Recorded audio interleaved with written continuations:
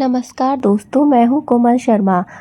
क्या दोस्तों आपके साथ भी ऐसा होता है कि रात के 3 से 5 बजे के बीच अचानक ही आपकी नींद खुल जाती है और मन में भी एक अजीब सी शांति या फिर कभी-कभी हमारे मन में घबराहट भी हमें महसूस होने लगती है। दोस्तों अगर हाँ, तो आज का ये वीडियो आपका जीवन बदल सकता है, क्योंकि ये समय कोई साधारण समय नहीं है। इसे शास्त्रों में कहा गया है ब्रह्म मुहूर्त। जी हाँ दोस्तों, यह ब्रह्म मुहूर्त का समय है जब आपकी नींद 3 से 5 बजे के बीच सुबह सुबह ही खुल जाती है। यह ना तो रात्रि होती है और ना ही सुबह होती है। यह इन दोनों के बीच का बिंदु होता है और इसी को हम ब्रह्म मुहूर्त कहते हैं। दोस्तों अगर आपकी भी नींद ब्रह्म मुहूर्त में खुल जाती है तो आज की यह वीडियो बिना स्किप किए आपको देखनी होगी, ताकि आपको अपने आगे जीवन में होने वाली घटनाओं की जानकारी पहले से ही प्राप्त हो जाए और आप अपने जीवन को बदल सको, सुखमय दिशा में मोड़ सको। तो दोस्तों बने रहिए मेरे साथ मेरी इस वीडियो में। और दोस्तों अगर आप हमारे चैनल पर नए हैं, वीडियो पहली बार देख रहे हैं, तो सब्सक्राइब ज़रूर कर लीजिए। दोस्तों शास्त्रों के अनुसार सूर्योदय से लगभग 1.5 घंटे पहले का जो समय होता है उसे हम ब्रह्म मुहूर्त कहते हैं, यानी कि सुबह लगभग 3 बजे से लेकर 5 बजे के बीच का जो समय बिंदु है उसे हम ब्रह्म मुहूर्त कह सकते हैं। इस समय धरती एकदम से शांत होती है और हवा में भी बहुत ज़्यादा पवित्रता होती है और पूरा ब्रह्मांड एक विशेष ऊर्जा से भरा रहता है।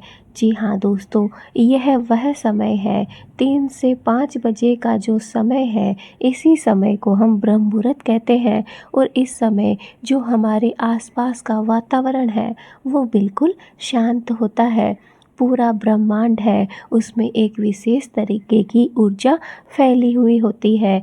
चारों तरफ से नकारात्मक ऊर्जा गायब हो चुकी होती है और चारों तरफ सकारात्मक ऊर्जा का प्रवेश हो जाता है। ब्रह्मांड में एक विशेष ऊर्जा भर जाती है और हवा भी इस समय सबसे ज़्यादा पवित्र होती है। यह वह समय होता है जिस समय पर धरती एकदम शांत होती है।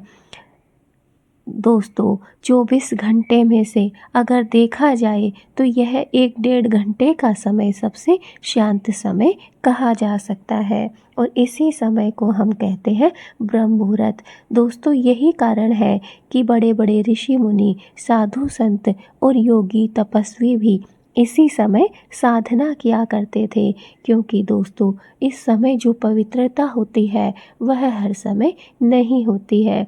धरती पे जो शांति होती है वह किसी भी समय देखने को नहीं मिलती है और जो पूरा ब्रह्मांड होता है उसमें भी एक विशेष प्रकार की ऊर्जा भर जाती है। इसी कारण से बड़े बड़े ऋषि मुनि इसी समय साधना और तपस्या किया करते थे।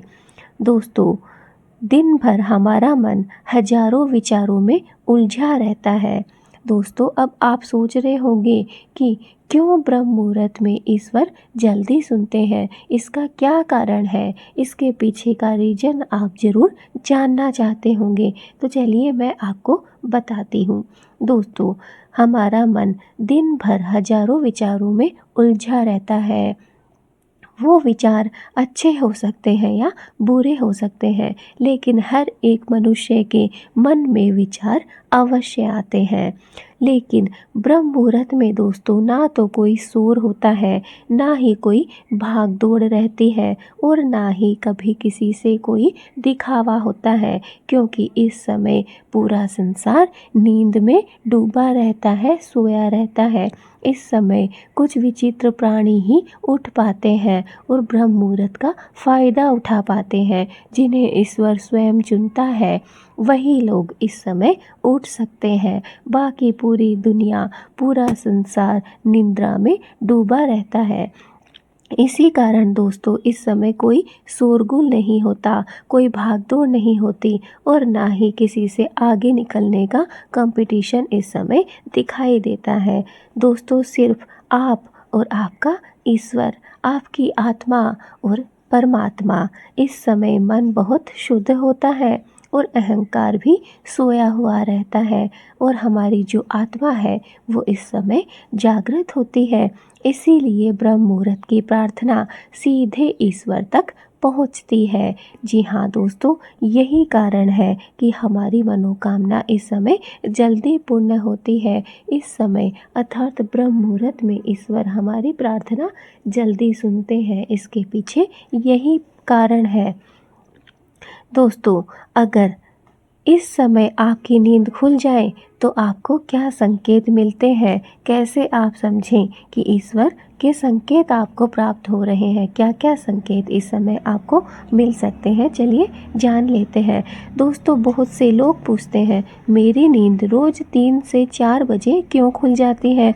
दोस्तों शास्त्र कहते हैं ये कोई बड़ी बीमारी नहीं है और बल्कि ये तो ईश्वर का संकेत हो सकता है।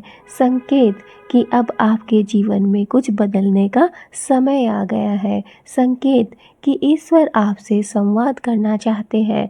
जी हाँ दोस्तों, अगर आपकी नींद ब्रह्म मुहूर्त में खुल रही है और रोज़ इसी समय पर एक ही समय पर आपकी निद्रा टूट जाती है तो समझ जाइए कि ईश्वर आपको संकेत दे रहे हैं। ईश्वर आपसे संवाद करना चाहते हैं। ईश्वर आपको संकेत दे रहे हैं कि अब आपके जीवन में कुछ बदलाव का समय आ चुका है। अब आपको अपने जीवन में कुछ परिवर्तन करना होगा। यही संकेत ईश्वर इस समय उठाकर आपको देना चाहते हैं। दोस्तों ब्रह्म मुहूर्त में क्या करना चाहिए? इस समय सबसे पहला कार्य अगर नहीं करना है तो आपको मोबाइल नहीं उठाना है। जी हाँ दोस्तों, जैसे ही आपकी नींद खुल रही है पहला कार्य यही है कि आपको बिल्कुल भी मोबाइल नहीं उठाना है। मोबाइल इलेक्ट्रॉनिक सामान से आपको दूरी रखनी है। और दूसरा कार्य यह है कि आपको बिल्कुल भी चिंता नहीं करनी है। नकारात्मक विचारों को अपने आसपास भटकने भी नहीं देना है।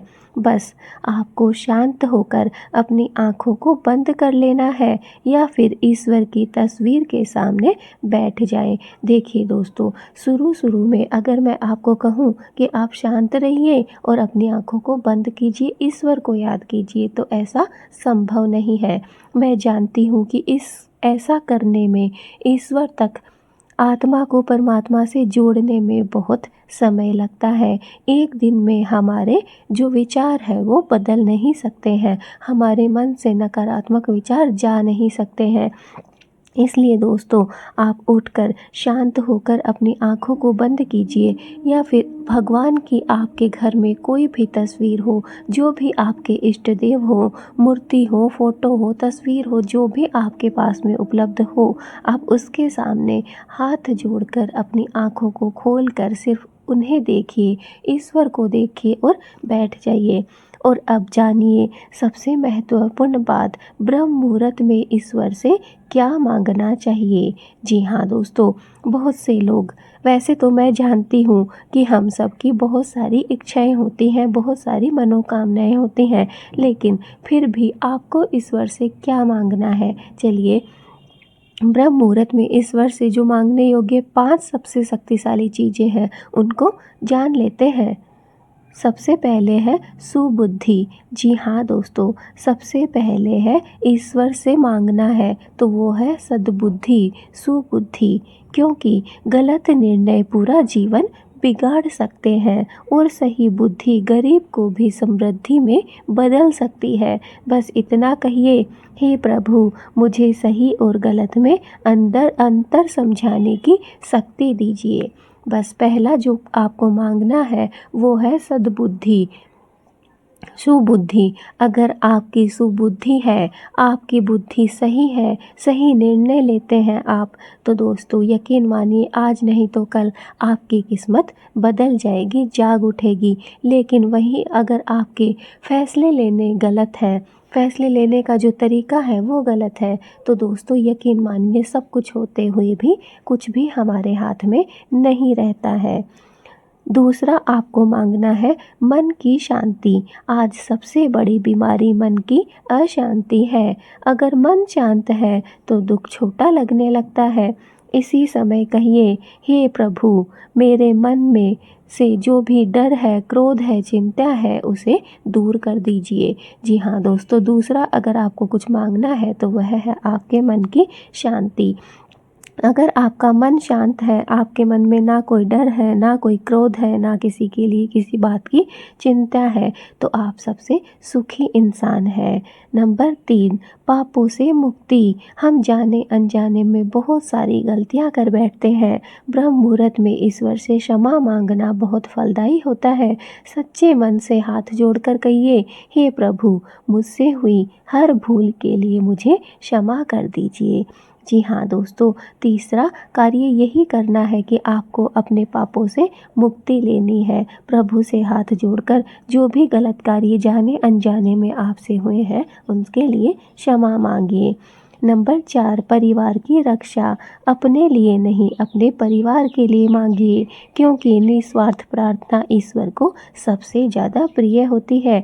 कहिए, हे प्रभु, मेरे परिवार को हर संकट से बचाइए। जो भी संकट मेरे परिवार पर आए वो सारे टल जाए। नंबर 5, ईश्वर से जुड़ाव। सबसे बड़ी कृपा है ईश्वर से जुड़ाव।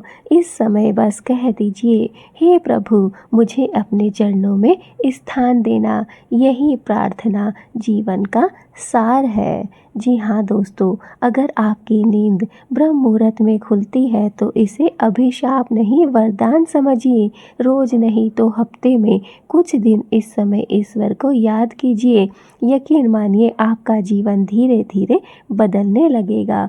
दोस्तों, अगर आपको यह वीडियो पसंद आया हो तो माँ के नाम पर लाइक और शेयर जरूर कीजिए। कमेंट में जय माता दी, हर हर महादेव, जय भोलेनाथ जरूर लिखिए, ताकि माँ का आशीर्वाद और भोलेनाथ का आशीर्वाद आपको प्राप्त हो सके। दोस्तों, इस वीडियो को जितना ज़्यादा हो सके शेयर कीजिए। हर एक इंसान को यह वीडियो पहुंचाइए, तभी ताकि वो भी अपने जीवन से सारे दुख दर्द, सारी बाधाओं को दूर कर सके और ब्रह्म मुहूर्त के इस चमत्कार का फ़ायदा उठा सके। मैं मिलूंगी आपसे अपनी ही ऐसी एक नई भक्तिमय और मोटिवेशन वीडियो के साथ। तब तक के लिए जय माता दी, जय भोलेनाथ। अगर आपने अभी तक कमेंट नहीं किया है तो दोस्तों कमेंट में जय माता दी जरूर लिखिए, ताकि माता रानी का आशीर्वाद आपको प्राप्त हो सके। तो दोस्तों, ये है ब्रह्म मुहूर्त का चमत्कार। अगर आपने इसे जान लिया तो आपका जीवन सफल हो जाए।